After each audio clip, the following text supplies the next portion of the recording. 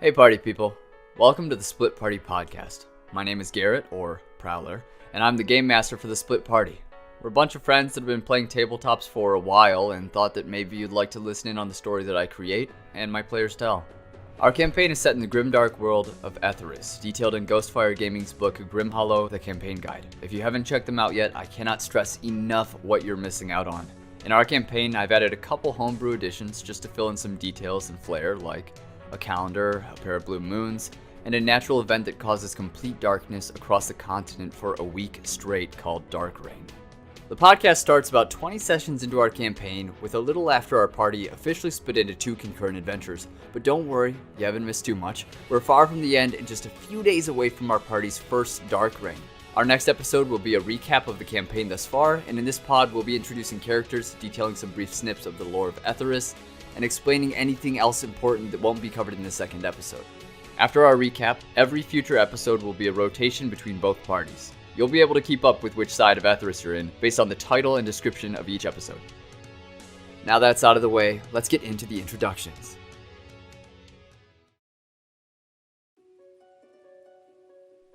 Greetings everyone, I am Strider, or Alex. I play Gabriel Ferran, a fighter using the Echo Knight subclass. He is also a wolf lycanthrope at 2nd level of transformation. As a short description, Gabriel is a human male from the far southlands of Charnot. He has black skin and is completely hairless due to a strict ritual he practices every morning. A large person, by most standards, he stands at 6 foot and 5 inches. His eyes are piercing crimson, adorned with small black dots tattooed at the top right of his head, a sign of a passing rite he accomplished a long time ago. The man wears a heavy silver plate lined with red and gold, the colors of the Knights of Charnot, and above the armor a long and flowing white cloak that envelops his entire body while he travels. Gabriel was born in an unnamed village to the far northeast corner of Charnot. It was remote and out of the way, as such he never really saw many strangers or travelers. He was a quiet child for most of his life, something he had gotten from his father, mother told him. One day, a man came to town, and Gabriel was instantly fascinated with him. He was from far away, and he had 2 swords and a shining, bright metal armor. He had never seen a knight before, and so he approached him, and the two, in time, developed a friendship. The knight trained him for the next year or so, showing him what he knew before he had to move on and he departed the small town. It would be years before something else happened of note in the village, and it would unfortunately befall Gabriel's father. He vanished during a night, and when Gabriel asked his mother what happened to him, she never spoke of it, or never really spoke at all after that day, truthfully. A year went, a second, and then Gabriel decided on the 3rd to leave the town, along with the next wanderer who came about. He was a hunter of monsters. The young man felt this was the least he could do to put the teachings of the swordmaster to use, and he did. And so the two traveled for a few years before his new mentor would meet his demise to a pack of werewolves. The pack could have killed Gabriel, but for some reason they did not, and he woke up bloody but alive. And he has been tracking the pack ever since, slowly making his way up north to where they are more prevalent, ultimately to the city of Ulstenburg. Hello there, I am Undead and I will be playing Eamon le Bescon. Eamon is a Way of the Leaden Crown archetype monk and is currently level 2 of the Aberrant Horror transformation. Eamon is a middle-aged human that stands about 5 feet 9 inches with a straight back and proud demeanor. He's usually wearing a vest, the sleeves of which are almost always ripped off or removed, embroidered with a yellow coat of arms. He's got long black hair with streaks of white mixed throughout.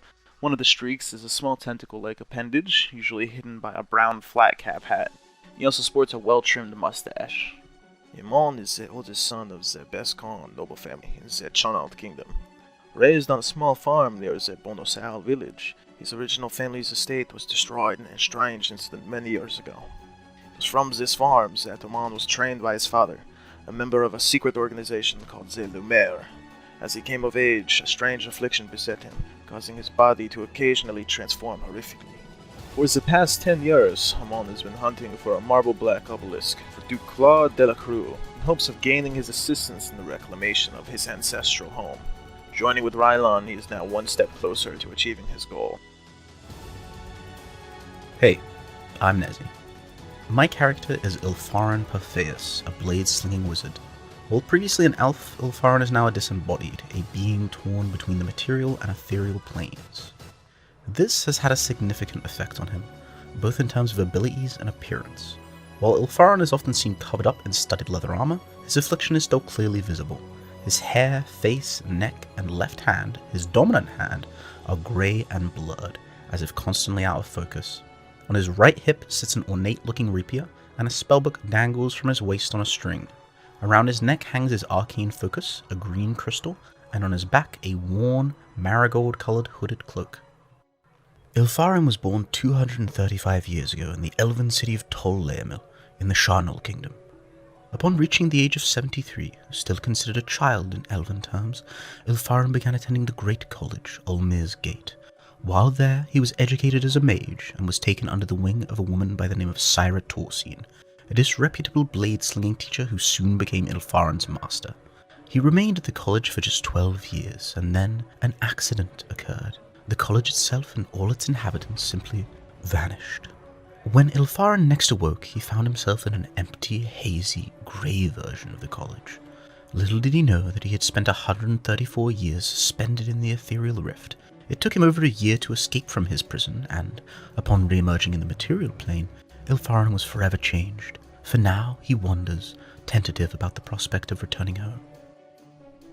To the south, beneath the Burok Empire, the Sharnol Kingdom is a land full of rolling hills, running rivers, and a populace of both elves and humans that love the land and believe fully in the goodwill of the spirits of nature. However, it was not always this way. After near eradication of the elves during a heated war with humans, one man stepped forth and challenged the vision of mortal men, claiming that war brought nothing but death and pain to both sides. It wasn't until a man that would later be dubbed King Aymeric Novelcur, first king of Sharnol, came forth for the elves and sacrificed himself to plead for a pact that would end the conflict and unite both races in peace and preservation. For his sacrifice, the giant king would be worshipped for centuries. The peace did not last forever, sadly. In an effort to bring forth a great darkness, the Dark Elves plotted a ritual that would plague the Sharnol Kingdom until present day. The ritual never came to fruition, as it was interrupted by a brave knight. The interruption left the ritual broken but not gone, casting the knight and king's daughter and the dark sorcerer into the mist for eternity.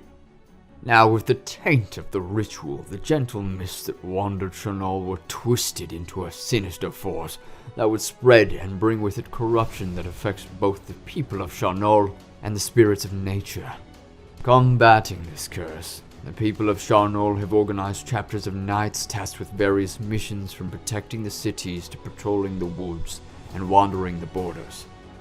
Knights who have proven themselves in their faith have even made oaths to the spirits of nature, and in turn been granted powers that vary.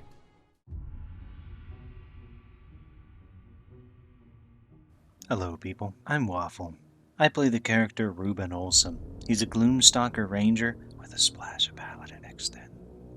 But that's our little secret. He's also level 2 in the GM Made Witch Hunter transformation. Thank you, Prowler. Reuben is an average man, just shy of 6 feet tall, often adorning a suit of chainmail over leather, patched with plates and other fabrics to give it a disorganized look. Most of his equipment is strapped to his waist along an old belt for easy access, and the rest stored in a drab brown bag against his back. Draped over his shoulders is a deep black wolf pelt that often covers the magical symbol on his neck, identifying him as a witch hunter. To top it off, a decorated horned knight's helmet encases his head. In the few times he's found without it, the face of a young and restless man lay beneath. Just below wavy brown hair sits green, tired eyes.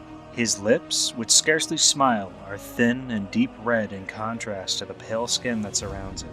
His weapon of choice? A long fighting chain that is wrapped around his chest like a sash when not in use.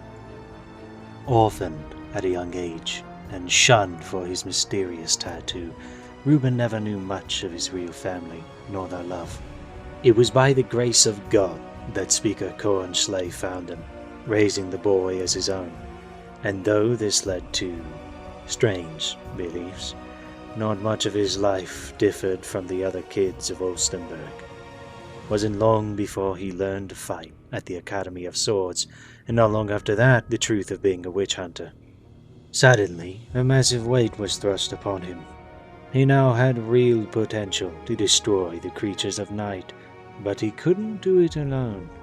Any and all help was welcomed, and with luck, he made the right friends for the job. West of the Grey Spine lies the Baroque Empire. In the old tongue, the word Baroque means one above all. Long ago, the Baroque Empire was but a province filled with warring tribes. These tribes were brought together by their four gods to form an empire led by Emperor Endorius I. The gods granted him trinkets and tools of vast renown, which he led his empire with until it had become an economic and militaristic superpower. When he eventually passed, as all men do, the emperor to follow, and those to follow him, were far from fitting their positions, and slowly led the empire into turmoil. The most notorious being Emperor Leopold I, who led his people into civil war to decide which of the four gods they would worship.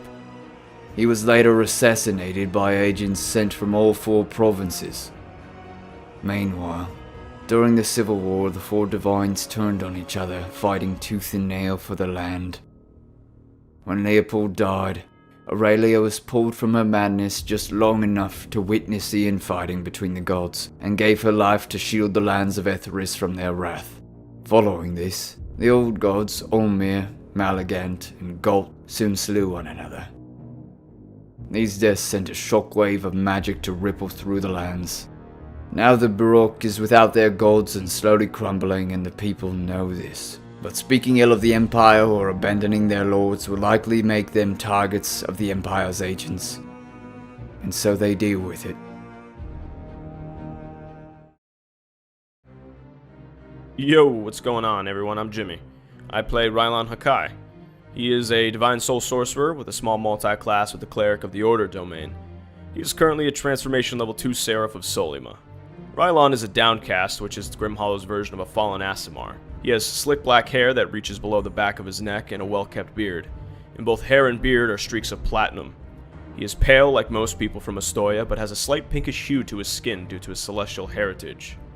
His eyes glow with a radiant yellow when angered or concentrating on a spell, and he currently wears a full black plate armor with a red crest of Astoria along the belt line. Under the crest is a red sash that acts like a makeshift belt, and attached to his hip is a knightly sword. Rylon was brought up to believe in the ways of justice under the teachings of the Arch-Seraph Solima. Guided by his Seraph mother, Rylon always had a chip on his shoulder, which led to him being overconfident into adulthood. After being granted his wings and spending decades watching over the people of Astoria, Rylon believed divine intervention was too good for the mortals. They were nothing more than ants that needed to be led. All they did was spend their gifts warring over petty squabbles. Eventually, Rylon disregarded his faith and turned his back on his followers. Before he knew it, his wings crumbled to dust and was downcasted back to one of Etharis' darkest periods of history. Now stuck as a mortal himself, Rylon has to earn back the trust of his faith or be lost in the past forever. Hello everyone, it's me, Covert. My character's name is Tamakti Morel, a Downcast Gunslinger subclassing into Marks Mage. The Gunslinger is a homebrew class created by UGO-21 and XQF-13. Tamakti's appearance betrays his history. His hair is long and silky, a model display of black, silver, and lifeless gray. His age is almost indiscernible, looking at times like a confident young warrior and others like a battered old traveler. His eyes are a faint blue, though at times they glow a deep silver. He wears a simple kit of studded leather, weathered from use, and carries with him several flintlocks with which he is proficient.